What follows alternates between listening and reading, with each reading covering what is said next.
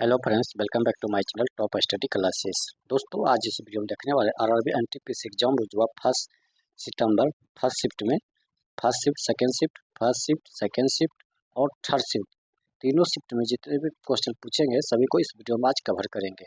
तो दोस्तों, वीडियो को लास्ट तक बने रहिएगा और वीडियो अच्छा लगे तो अपने दोस्तों के साथ जरूर शेयर कीजिएगा। दोस्तों, अगर हमारे चैनल पर नए हैं तो सब्सक्राइब करके बेल आइकन जरूर दबा लीजिएगा ताकि हमारे आने वाला वीडियो का नोटिफिकेशन आपको मिलती रहे। तो चलिए दोस्तों, बिना देरी के क्वेश्चन स्टार्ट करते हैं। पहला क्वेश्चन आया था दोस्तों, प्रश्न ये क्वेश्चन पूछा गया था 2025 में किस देश ने ओईसीडी का आधार पर हटने की घोषणा की है। तो क्या कौन किया है, तो संयुक्त राज्य अमेरिका। ऑप्शन में ये याद रखें, संयुक्त राज्य अमेरिका ने ओईसीडी के आधार पर हटने की घोषणा किया है। अमेरिका जो हो जाएगा 2025 में अमेरिका ने आर्थिक सहयोग और विकास संगठन ओईसीडी के वैश्विक कॉर्पोरेट पर समझौते को खारिज कर दिया है, लेकिन यह ओईसीडी ने पूरी तरह हटने की घोषणा नहीं है। बल्कि यह केवल इस समझौते के तहत अपने कानूनी दायित्व से अलग होने का निर्णय है। पूर्व राष्ट्रपति डोनाल्ड ट्रंप ने जनवरी 2025 में एक कार्यक्रम आदेश पर हस्ताक्षर किए, जिनमें कहा गया कि वह वैश्विक कॉर्पोरेट पर का समझौता अमेरिका पर लागू नहीं होगा। चलते हैं और देख लेते हैं। नेक्स्ट क्वेश्चन आया था 2021 में बुनियादी ढांचा विकास के लिए कौन सा कार्यक्रम शुरू किया गया था। तो है तो पीएम गति शक्ति। पीएम गति शक्ति जो है कार्यक्रम शुरू किया गया था 2021 में। इसका जो जगह 2021 में भारत सरकार द्वारा पीएम गति शक्ति राष्ट्रीय मास्टर प्लान शुरू किया गया था, जो कुशल बुनियादी ढांचे के विकास के लिए एक समर्पित डिजिटल मंच है और विभिन्न मंत्रालयों और राज्यों को एकीकृत करता है। चलते हैं और इसके देख लेते हैं फैक्ट को। इसके अतिरिक्त बुनियादी ढांचे के वित्त पोषण के लिए national bank for financing infrastructure एवं डेवलपमेंट NABFID की स्थापना की गई थी। चलते हैं नेक्स्ट क्वेश्चन देखते हैं। नेक्स्ट क्वेश्चन है, केंद्रीय रिजर्व पुलिस CRPF ने जम्मू और कश्मीर में आतंकवाद विरोधी अभियान के लिए 11वें कोबरा बटालियन का गठन करने की घोषणा की। इस बटालियन को कोडनेम क्या है। इस बटालियन कोडनेम जो जगह वो परिकल्पना हो जाएगा। ऑप्शन में डी जो इसका राइट आंसर हो जाएगा, परिकल्पना इसका राइट आंसर हो जाएगा। आइए इसके बारे में जानकारी ले लेते हैं। 11वें कोबरा कमांडो बटालियन और रिजोल्ट एक्शन बटालियन का कोड नेम परिकल्पना था। यह बटालियन जम्मू और कश्मीर में जंगल युद्ध आतंकवाद विरोधी अभियानों के लिए तैनात की जाएगी। चलते नेक्स्ट क्वेश्चन देखते हैं। नेक्स्ट क्वेश्चन हो जाएगा, विश्व audio visual and entertainment summit 2025 कहाँ आयोजित हुआ था। तो ये कहाँ पर आयोजित हुआ था, तो ये मुंबई में आयोजित किया गया था। याद रखिएगा, मुंबई। वेब समिट 2025 मुंबई महाराष्ट्र में 1 से 4 मई 2025 तक Jio world convention centre for Jio world gardens में आयोजित हुआ था। चलते हैं नेक्स्ट क्वेश्चन देखते हैं। नेक्स्ट हो जाएगा, भारत में पैरासीटामोल का घरेलू निर्माण कौन सी कंपनी करती है। तो यह हो जाएगा सत्यदीप्ता फार्मास्यूटिकल्स। और इसका देखते कुछ फैक्ट को। सत्यदीप्ता फार्मास्यूटिकल्स जो कर्नाटक में स्थित है और CISR के तकनीक का उपयोग कर पैरासीटामोल का उत्पादन करती है, जिससे भारत आयात पर निर्भरता कम कर आत्मनिर्भर बन रहा है। चलते हैं नेक्स्ट क्वेश्चन देखते हैं। नेक्स्ट क्वेश्चन आया था, 42वें संविधान द्वारा भारतीय संविधान में क्या जोड़ा गया था। यह जोड़ा गया था 1976 के 42वें संविधान संशोधन अधिनियम द्वारा प्रस्तावना समाजवादी, धर्मनिरपेक्ष और अखंडता शब्द को जोड़ा गया था। अखंडता शब्द को जोड़ा गया था। चलते हैं नेक्स्ट क्वेश्चन देखते हैं। नेक्स्ट क्वेश्चन आया था, भारतीय राष्ट्रीय राजमार्ग प्राधिकरण NHAI का वर्तमान अध्यक्ष कौन है। तो वर्तमान अध्यक्ष कौन हो जाएगा, इसका जो वर्तमान अध्यक्ष हो जाएगा वो कौन हो जाएगा, तो वो हो जाएगा भारतीय राष्ट्रीय राजमार्ग प्राधिकरण NHAI के वर्तमान अध्यक्ष श्री संतोष कुमार यादव है। वे एक वरिष्ठ भारतीय प्रशासनिक सेवा IAS अधिकारी और दिसंबर 2022 से इस पद पर है। चलते हैं नेक्स्ट क्वेश्चन देखते हैं। नेक्स्ट क्वेश्चन आया था, रानी लक्ष्मीबाई से क्वेश्चन आया था। आइए इसको देख लेते हैं। रानी लक्ष्मीबाई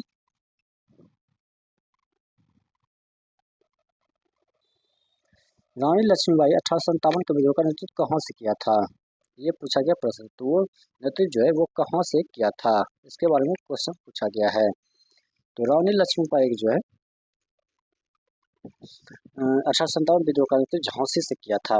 उन्होंने तात्या तोपे की मदद से विद्रोह का नेतृत्व किया और बाद में ग्वालियर में भी संघर्ष किया, जहां जून 1858 में उनका निधन हो गया था।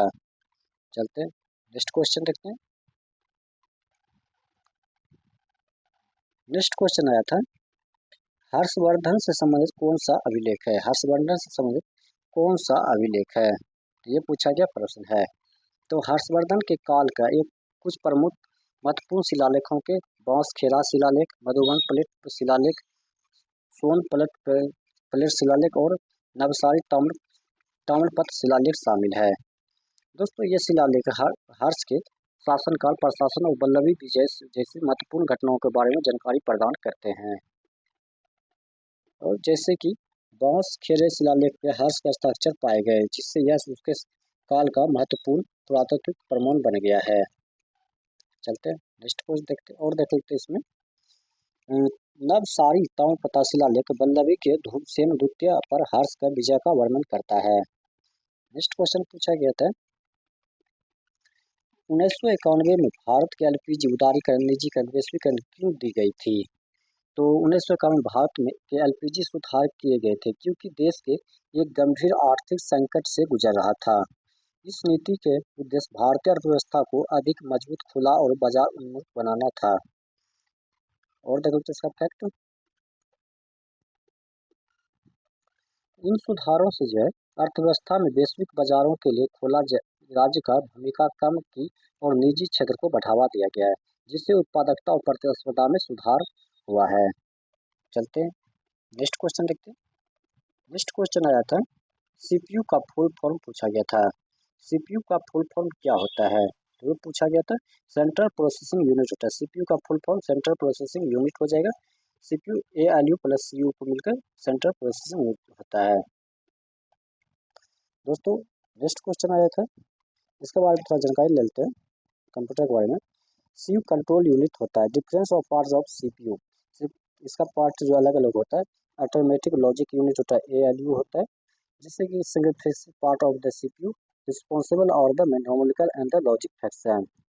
कंट्रोल यूनिट क्या होता है? सीयू उसे कहा जाता है, शॉर्ट फॉर्म नाम सीयू हो जाएगा। नेक्स्ट क्वेश्चन देखते हैं। नेक्स्ट क्वेश्चन आया था, मैथ का सवाल था, 5 वर्ष पहले पिता की आयु अपने बेटे की आयु से 2 गुना 11 वर्ष अधिक थी, लेकिन बाद पिता की आयु बेटे की आयु की 2 गुनी होगी। तो इसका जो राइट आंसर हो जाएगा वो कितना हो जाएगा? तो वो 6 साल हो जाएगा। 6 साल इसका राइट आंसर हो जाएगा। 6 साल बाद जो है 6 साल बाद पिता की आयु अपने बेटे की आयु से 2 गुना होगी। नेक्स्ट क्वेश्चन आया था, किसी धनराशि का 2.5% वार्षिक साधारण ब्याज की दर से 4 वर्ष साधारण ब्याज 8,000 रुपया हो जाता है। उसी धनराशि का 8% वार्षिक ब्याज की दर 2 वर्ष में मिश्रधन कितना होगा? तो हो जाएगा, कितना हो जाएगा? 93,312 हो जाएगा। 93,312 रुपया हो जाएंगे।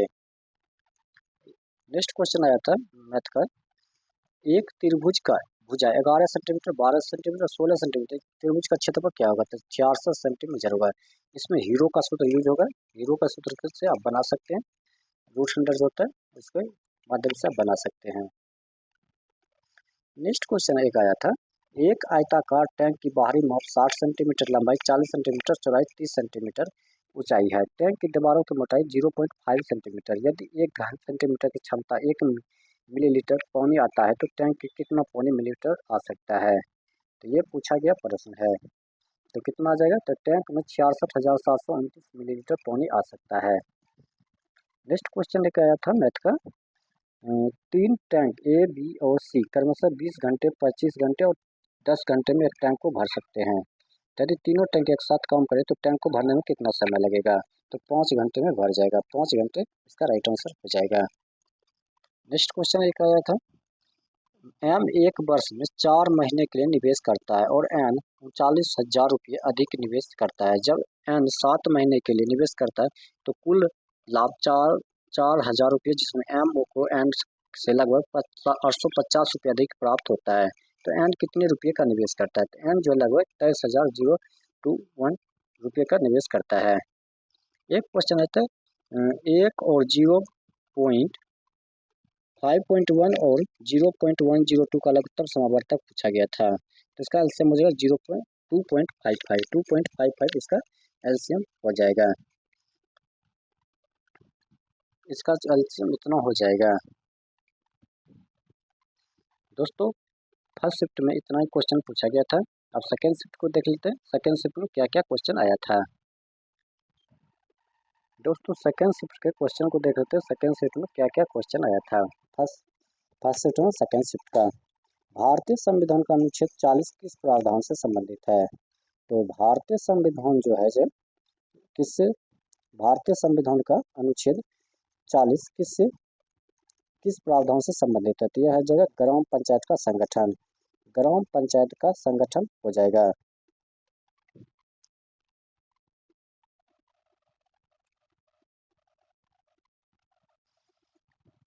इसका विवरण देख लेते हैं दोस्तों। ग्राम पंचायत के बारे में थोड़ा जानकारी ले लेते हैं।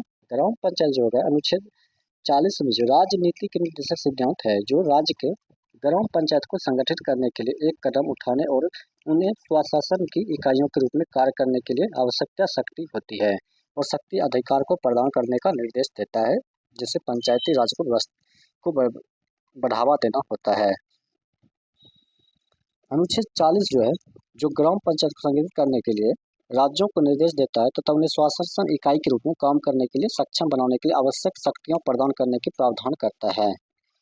तो यह अधिनियम जैसे मध्य प्रदेश पंचायती राज एवं ग्राम स्वराज अधिनियम 1993 में धारा 40 में उल्लेख किया गया है।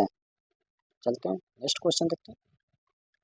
नेक्स्ट क्वेश्चन है फराजी आंदोलन किस क्षेत्र से है। फराजी आंदोलन किस क्षेत्र से है। तो फराजी आंदोलन जो हो जाएगा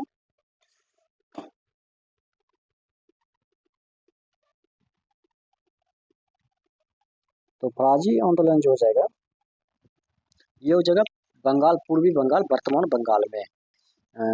फराजी आंदोलन का जो हो जाएगा, फराजी आंदोलन का संस्थापक कौन थे। तो याद रखिएगा फराजी आंदोलन के संस्थापक हाजी शरीयतुल्लाह थे। याद रखिएगा हाजी शरीयत, जिन्होंने 1818 ईस्वी में ये किया था। 1818 में इसकी शुरुआत की गई थी और इसके बाद जो उनके पुत्र देदू मियाँ ने इसका नेतृत्व किया था।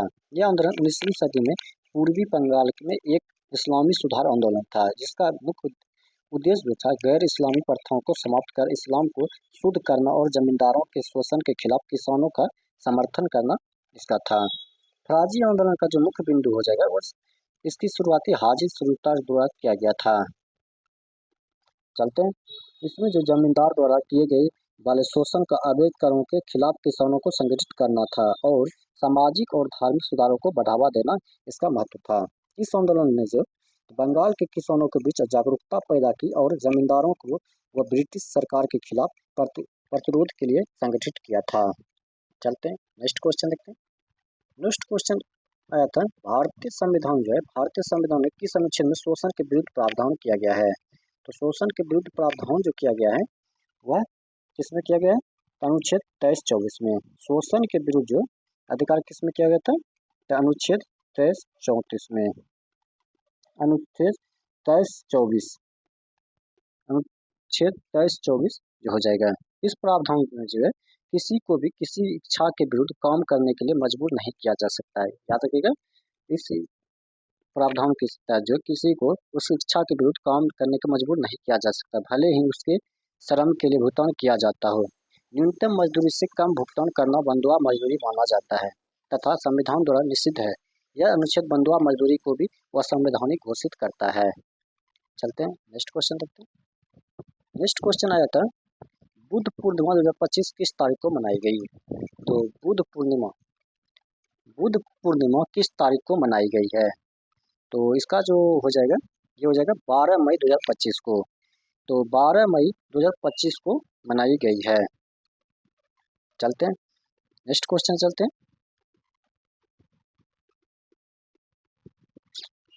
नेक्स्ट क्वेश्चन हो जाएगा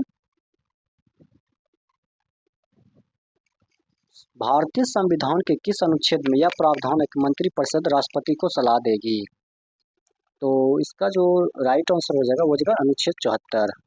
अनुच्छेद 74 कहता है भारत का संविधान 1950 राष्ट्रपति को उसके कार्यों के निर्वहन में सहायता और सलाह देने के लिए प्रधानमंत्री की अध्यक्षता में एक मंत्रिमंडल होगी। यह मंत्री की राष्ट्रपति को सलाह दी थी कि यदि कोई क्या किसी न्यायालय में नहीं पूछा जाएगा। कोई मंत्री यह दी थी कि क्या सलाह दी थी, यदि दी तो थी तो क्या किसी न्यायालय में नहीं पूछा जाएगा। चलते हैं नेक्स्ट क्वेश्चन देखते हैं। नेक्स्ट क्वेश्चन हो जाएगा भारतीय संविधान के 103वें संशोधन को संविधान के किस अनुच्छेद में किया गया था? तो ये किया गया था अनुच्छेद 15। कौन सा हो जाएगा? तो अनुच्छेद 15 और अनुच्छेद 16 हो जाएगा। भारतीय संविधान के 103वें संशोधन द्वारा अनुच्छेद 15 और 16 में संशोधन किया गया था। इस संशोधन में इन अनुच्छेदों खंड 6 जोड़े गए थे, जिससे आर्थिक रूप से कमजोर वर्ग EWS के लिए सरकारी नौकरियों की शैक्षणिक संस्था में 10% आरक्षण प्रावधान किया गया था। चलते हैं नेक्स्ट क्वेश्चन देखते हैं। नेक्स्ट क्वेश्चन पूछा गया था, कावेरी नदी का जल विवाद भारत के किन किन राज्यों के मध्य है? तो इसका जो राइट आंसर हो जाएगा कावेरी नदी का जल विवाद भारत के किन किन राज्यों के मध्य है? तो कर्नाटक और तमिलनाडु के बीच है।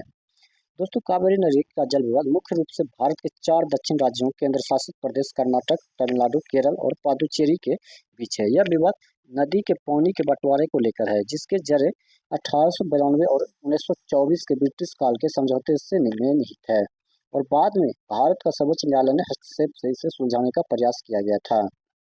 चलते हैं नेक्स्ट क्वेश्चन देखते हैं। नेक्स्ट क्वेश्चन हो जाएगा, भाखड़ा नागल बांध किस नदी पर बना है? भाखड़ा नागल बांध किस नदी पर बना है? तो ये जो बना है ये सतलज नदी पर बना है, याद रखिएगा। किस नदी बना है? तो ये सतलज नदी पर बना है। तो ये कहाँ पर है? तो ये याद रखिएगा, सतलज नहीं, यह हिमाचल प्रदेश के बिलासपुर जिले में स्थित है। भारत की सबसे बड़ी बहुउद्देश्यीय नदी घाटी परियोजना में से एक है, जिसका मुख्य उद्देश्य जो है सिंचाई और बिजली उत्पादन करना है। चलते हैं नेक्स्ट क्वेश्चन देखते हैं। नेक्स्ट क्वेश्चन पूछा गया था, गंगोत्री गोमुख में कौन सी नदी निकलती है? तो गंगोत्री गोमुख में कौन सी नदी निकलती है? तो यह निकलती है भागीरथी, याद रखिएगा।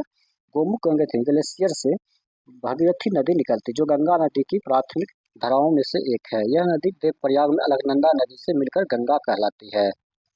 नेक्स्ट क्वेश्चन हो जाएगा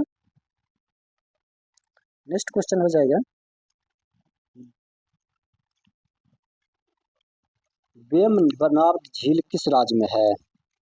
तो यह जो झील है यह है केरल में। केरल इसका वेम्बनाड झील किस राज्य में है? वेम्बनाड झील किस राज्य में है? तो ये जो है केरल, इसका राइट आंसर हो जाएगा। चलते हैं नेक्स्ट क्वेश्चन देखते हैं। नेक्स्ट क्वेश्चन आया था,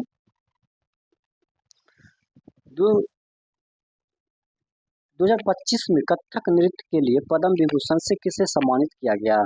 2025 में तो पद्म विभूषण किसे सम्मानित किया गया है? तो यह जो किया गया है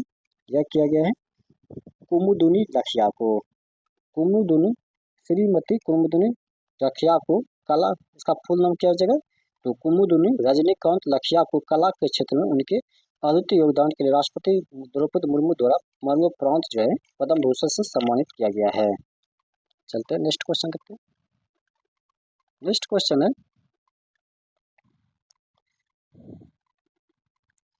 निम्नलिखित में से किस तत्व का परमाणु त्रिज्या सबसे अधिक होती है? तो सबसे अधिक किसकी होती है, ये पूछा गया प्रश्न है। ये हो जाएगा रुबेडियम का। रुबेडियम इसका राइट आंसर हो जाएगा। दोस्तों, ऐसे बात करें तो जिस तत्व की परमाणु त्रिज्या सबसे अधिक होती है वह है पोटेशियम, और समूह के सबसे नीचे जाने परमाणु त्रिज्या बढ़ती है, और पोटेशियम, सोडियम, मैग्नीशियम और एल्यूमिनियम ये जैसे तत्व नीचे आवर्त सारणी में चौथे आवर्त में स्थित है, जिसकी परमाणु त्रिज्या अन्य से विकल्प में थोड़ी बड़ी होती है। चलते हैं नेक्स्ट क्वेश्चन देखते हैं। नेक्स्ट क्वेश्चन पूछा गया था, हेनरी पासपोर्ट इंडेक्स 2025 में लगातार दूसरी बार शीर्ष स्थान पर कौन सा देश रहा? तो वह सिंगापुर रहा है। तो हेनले पासपोर्ट इंडेक्स 2025 में लगातार दूसरी बार शीर्ष स्थान पर कौन सा देश रहा? तो सिंगापुर इसका राइट आंसर हो जाएगा। दोस्तों, 2020 में जापान लगातार तीसरे साल जो 1 नंबर पर था, जबकि सिंगापुर दूसरे नंबर पर था। जर्मनी, दक्षिण कोरिया जो संयुक्त रूप से तीसरे नंबर पर थे। इस प्रकार जो है लगातार दूसरी बार भी जापान ही दुनिया के सिंगापुर ही दुनिया के दूसरे मजबूत पासपोर्ट के रूप में उभरा है। चलते नेक्स्ट क्वेश्चन करते हैं। नेक्स्ट क्वेश्चन आया था, भारत के दक्षिण पश्चिम मानसून समान रूप में क्यों वितरित नहीं होता है? तो भारत में दक्षिण पश्चिम मानसून समान रूप से वितरित नहीं होता है क्योंकि भारत की भौगोलिक विविधता, स्थाकृति, पर्वतीय श्रृंखला और मौसम के कारण मिलकर वर्षा वितरण को प्रभावित करते हैं। इसका मुख्य कारण शामिल है भू आकृति और पर्वत श्रृंखला पश्चिम घाट और पूर्वोत्तर भारत के पर्वत हवाओं के ऊपर उठाकर भारी वर्षा कराते हैं, जबकि दक्कन पठार जैसे क्षेत्र बारिश के छायावृत्ति में आते हैं जहाँ वर्षा कम होती है। दूसरा हो जाएगा, मानसूनी हवा को दो मार्ग अरब सागर से आने वाली शाखा पश्चिमी तट से होकर महाराष्ट्र, मध्य प्रदेश, मध्य भारत तक जाती है, जबकि बंगाल की खाड़ी में आने वाली शाखा पूर्वोत्तर भारत और उत्तर भारत प्रभावित करती है। ये दो शाखाएं विभिन्न क्षेत्रों में अलग अलग मात्रा में वर्षा प्रदान करती है। 3 नंबर हो जाएगा, स्थानीय जलवायु और दबाव क्षेत्र अंतर उष्णकटिबंधीय अभिसरण क्षेत्र ITCZ का स्थान बदलता रहता है, जिससे हवाओं की दिशा और वर्षा पैटर्न में बदलाव आता है। पर्वतीय क्षेत्र और वर्षा छाया क्षेत्र जैसे कि थार मरुस्थल में वर्षा कम होती है क्योंकि पर्वत नमी वाली हवाओं को रोकते हैं।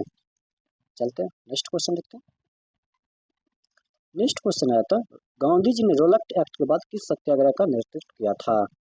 तो गांधी जी ने रोलक एक्ट के बाद जो है रोलक सत्याग्रह का नेतृत्व किया था। इसके बारे में देख लेते हैं। गांधी जी ने रोलक एक्ट के विरुद्ध में रोलक सत्याग्रह का नेतृत्व किया, जिसे रोलक अधिनियम 1919 के विरुद्ध में के रूप में आयोजित किया गया था। यह रोलक एक्ट के तहत किसी भी भारतीय नागरिक को संदेह के आधार पर गिरफ्तार करने को ब्रिटिश सरकार की सख्ती के विरुद्ध एक राष्ट्रीय आंदोलन था। गांधी जी ने इस अधिनियम के खिलाफ सत्याग्रह का आह्वान किया और 6 अप्रैल 1919 को राष्ट्रीय हड़ताल का आयोजन किया, जो रोलक सत्याग्रह के नाम से जाना गया है। चलते हैं नेक्स्ट क्वेश्चन आया था, भारत में बेरोजगारी दर निर्धारित करने के लिए श्रम बल सर्वेक्षण कौन करता है? तो यह करता राष्ट्र नमूना सर्वेक्षण कार्यालय। राष्ट्र नमूना सर्वेक्षण कार्यालय इसका राइट आंसर हो जाएगा। चलते हैं नेक्स्ट क्वेश्चन देखते हैं। नेक्स्ट क्वेश्चन आया था, आवर्त सारणी का कौन सा तत्व एस ब्लॉक का तत्व है? तो आवर्त सारणी का कौन सा तत्व जो है वह एस ब्लॉक का तत्व हो जाएगा।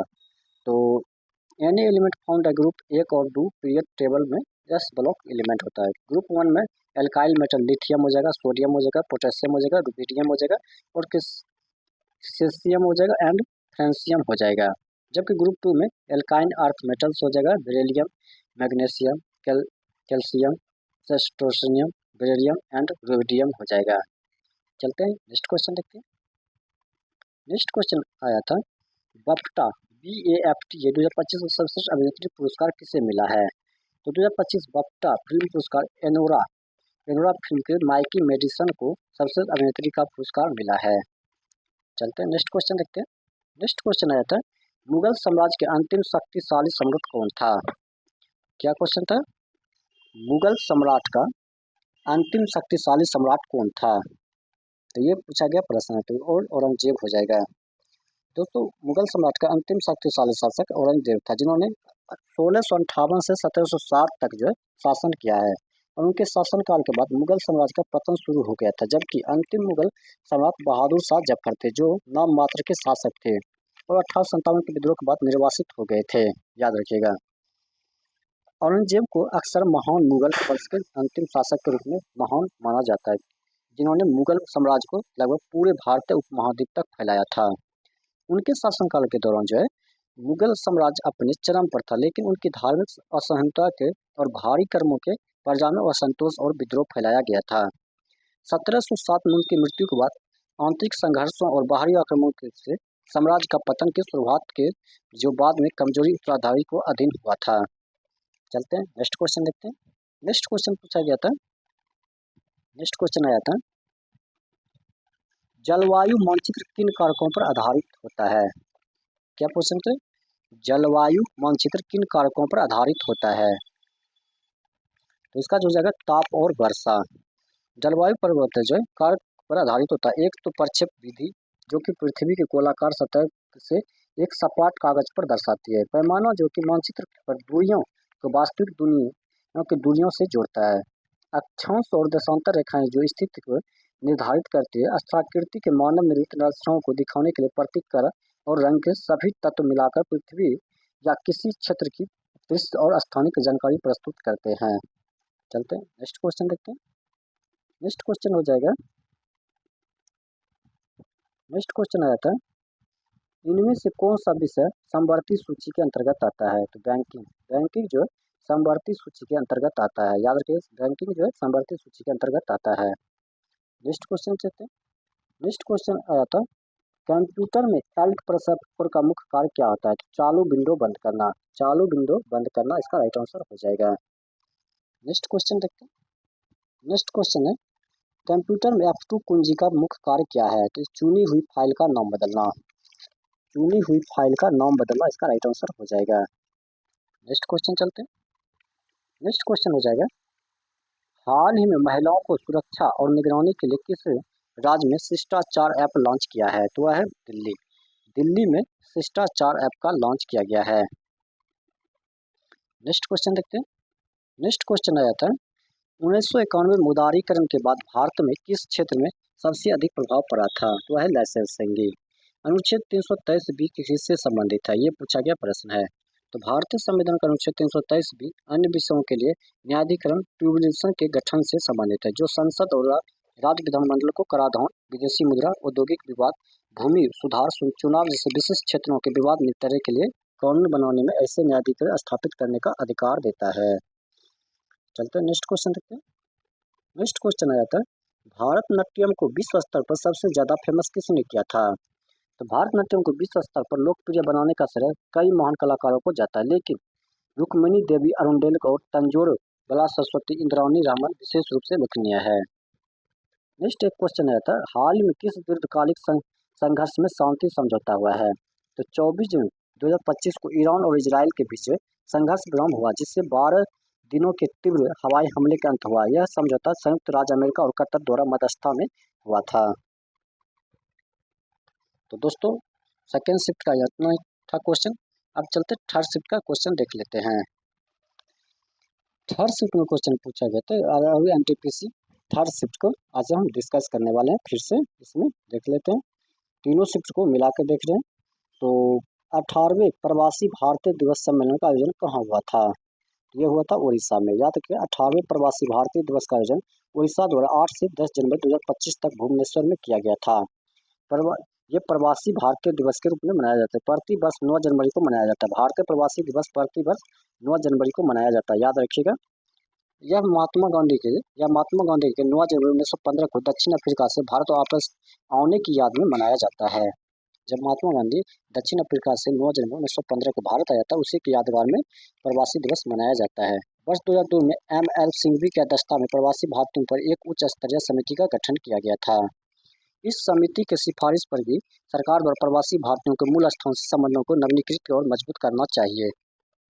चलते हैं, तो भारतीय प्रवासी दिवस का शुरुआत वर्ष 2003 से शुरू किया गया था।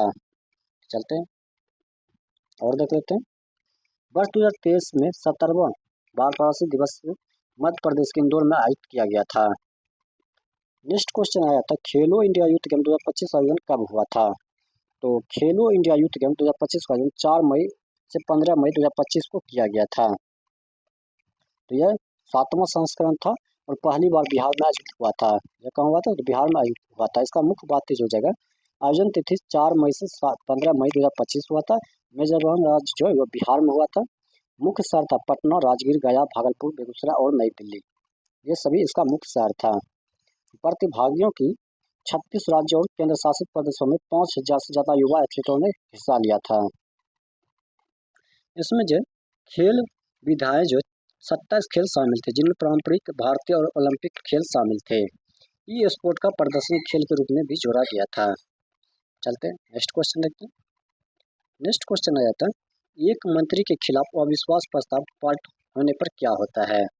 यदि किसी मंत्री के विरुद्ध अविश्वास प्रस्ताव पारित हो जाता है तो उसे पूरी मंत्रिमंडल के साथ इस्तीफा देना पड़ता है। चलते हैं नेक्स्ट क्वेश्चन देखते हैं। नेक्स्ट क्वेश्चन आया था, भारत के पश्चिमी तट को क्या कहते हैं? भारत के पश्चिमी तट को क्या कहा जाता है? तो भारत के जो पश्चिमी तट हो जाएगा वो जो भारत के पश्चिमी तट को 3 मुख्य खंडों में बांटा गया है। उत्तरी भाग को कोंकण तट कहा जाता है, मध्य भाग को कनारा या कन्नड़ तट कहा जाता है और दक्षिण भाग को मालाबार तट कहते हैं। नेक्स्ट हो जाएगा, यहाँ इन तटों को संक्षिप्त विवरण दिया गया है। जैसे कोंकण तट उत्तरी भाग यह मुंबई से गोवा तक फैला हुआ है। कन्नड़ कन्नड़ तट मध्य भाग यह गोवा के दक्षिण में स्थित और इनमें कर्नाटक का तटीय क्षेत्र शामिल होते हैं। मालाबार तट दक्षिण भाग यह गोवा से दक्षिण की ओर फैला है और इनमें केरल का अधिकांश हिस्सा शामिल जो अरब सागर और पश्चिम घाट के बीच स्थित होते हैं। चलते हैं नेक्स्ट क्वेश्चन देखते हैं। नेक्स्ट क्वेश्चन था, एक रासायनिक अभिक्रिया से पहले से क्या मौजूद थे? एक रासायनिक अभिक्रिया से पहले से क्या मौजूद थे? एक रासायनिक अभिक्रिया से पहले अभिकारक रिएक्टेंट मौजूद होते थे। रिएक्टेंट मौजूद होते हैं जो वे पदार्थ जो अभिक्रिया में भाग लेते हुए परिवर्तित होते हैं। नेक्स्ट इसमें हो जाएगा, यह अभिकारक जो आपस में ऊर्जा का टकराव की क्रिया करते हैं और अभिक्रिया की गति को बढ़ाने या बदलने के लिए उत्प्रेरक कैटालिस्ट का उपयोग किया जाता है जो कम ऊर्जा वाला वैकल्पिक मार्ग प्रदान करता है। इसके बारे में और देख लेते हैं। अभिक्रिया के दौरान जो अभिकारक आपस में पुनरावस्थित होते हैं और रासायनिक बंधन बनाते हैं या तोड़ते हैं जिसके परिणामस्वरूप उत्पाद प्रोड्यूस्ड बनते हैं। उत्पाद हुए नए पदार्थ होते हैं जो अभिक्रिया के अंत में बनते हैं। नेक्स्ट क्वेश्चन चलते हैं। नेक्स्ट क्वेश्चन आ जाता है 52वां क्वेश्चन है, तो 52वां संशोधन 1985 से संबंधित है। 52वां संशोधन 1985 से संबंधित है। तो 52वां संशोधन 1985 भारत के संविधान से संबंधित जिसने 1985 में दल बदल विरोधी कानून पेश किया था। इसने राजनीतिक व्यवस्था में स्थिरता लाने के लिए संविधान की 10वीं अनुसूची को जोड़ी गई थी। नेक्स्ट क्वेश्चन चलते हैं। नेक्स्ट क्वेश्चन आता है, शहरों में आवागमन और विचरण यातायात और संचार सुविधा कौन सी है? तो शहरों में आवागमन और संचार की मुख्य सुविधा सार्वजनिक परिवहन, बसें, मेट्रो, ट्राम, सड़क नेटवर्क, इंटरनेट, मोबाइल फोन और ईमेल है। चलते हैं अगला क्वेश्चन देखते हैं। और इसमें हो जाएगा, आधुनिक समय में स्मार्ट सिटी परिवहन प्रणाली जिसमें लोग इंटरनेट ऑफ थिंग्स और AI कृत्रिम बुद्धिमत्ता को उपयोग किया जाता है यातायात को अधिक कुशल और टिकाऊ बना रही है। चलते हैं। मैथ का सवाल आया था, दो वस्तुओं को कुल 12,000 रुपये में खरीदा गया। पहली वस्तु 8% की हानि और दूसरी वस्तु 24% के लाभ पर बेचा गया था। यदि कुल मिलाकर ना तो लाभ हुआ ना ही हानि तो हुई, तो पहली वस्तु का लागत मूल्य कॉस्ट प्राइस क्या होगी? तो हो जाएगा 9,000 रुपया। पहली वस्तु के लिए कॉस्ट प्राइस 9,000 रुपये हो जाएंगे। दोस्तों इसका PDF टेलीग्राम ग्रुप में डालेंगे, वहाँ से जाकर आप खुद भी सेट प्रैक्टिस कर सकते हैं। ये मैथ का आप रिविजन कर लीजिएगा। कुल दूरी 859 किलोमीटर और इसे तय करने में कुल समय 11 घंटा लगा। तो इसका जो हो जाएगा, ये एक क्वेश्चन पूछा गया था। तो एक व्यक्ति ने पहले 4 घंटे कुछ दूरी 30 किलोमीटर प्रति घंटा से तय की और इस दौरान उसने 180 किलोमीटर तय की। ये भी प्रश्न आया था, देख सकते हैं कैसा कैसा प्रश्न पूछा गया है। शेष दूरी उसने कितनी तय किया है? तो शेष दूरी की गति 97 किलोमीटर प्रति घंटा। यदि 180 किलोमीटर 4 घंटे में तय किया गया है तो 135.8 किलोमीटर प्रति घंटा 30 किलोमीटर प्रति घंटा तय किया है। एक क्वेश्चन आया था लघुत्तम समावर्तक से, क्वेश्चन आया था LCM से। 2.8 और 0.145 के लघुत्तम समावर्तक ज्ञात कीजिए। ये कौन सा हो जाएगा? तो इसका हो जाएगा 30.8 हो जाएगा। LCM कितना हो जाएगा? 30.8 हो जाएगा। एक क्वेश्चन आया था, ये देख सकते हैं, एक वस्तु की लागत मूल्य CP 500 रुपये, यदि इसे 30% की हानि पर बेचा जाता है तो इसका विक्रय मूल्य SP ज्ञात कीजिए। इसके बाद उसी वस्तु को 20% लाभ पर बेचा जाता है तो नया विक्रय मूल्य क्या होगा? तो नया विक्रय मूल्य सेलिंग प्राइस 350 हो जाएगा और 30% हानि पर विक्रय मूल्य 350 हो जाएगा और 20% लाभ पर 600 रुपया हो जाएंगे। एक क्वेश्चन आया था, देख सकते हैं, मान लीजिए कि एक व्यक्ति की मासिक आय और खर्च के दिए गए शुरू में उसकी आय का 7.5 बचत होती है, तो फिर उसकी आय में 35% वृद्धि हुई थी। इसके बाद उसके खर्चों में भी वृद्धि हुई है। तो मान लीजिए खर्चों में वृद्धि प्रकाशित किया गया, लेकिन क्योंकि यह स्पष्ट नहीं है हम इसे मानेंगे। अंत में कुल लाभ या नई बचत पूछी गई है। डेटा के आधार पर अंतिम लाभ बचत गणना करें। ये क्वेश्चन पूछा गया था, आप बता सकते हैं इसका आंसर क्या होगा। तो दोस्तों आज हमने तीनों सीट को कवर किए हैं। अगर ये वीडियो आपको अच्छा लगा हो तो अपने दोस्तों के साथ जरूर शेयर कीजिएगा। मिलते हैं नेक्स्ट वीडियो में नेक्स्ट सेट के साथ। तब तक के लिए धन्यवाद। एक लाइक एक कमेंट जरूर कीजिए और चैनल पर नए तो सब्सक्राइब करके बेल आइकन जरूर दबा लीजिएगा।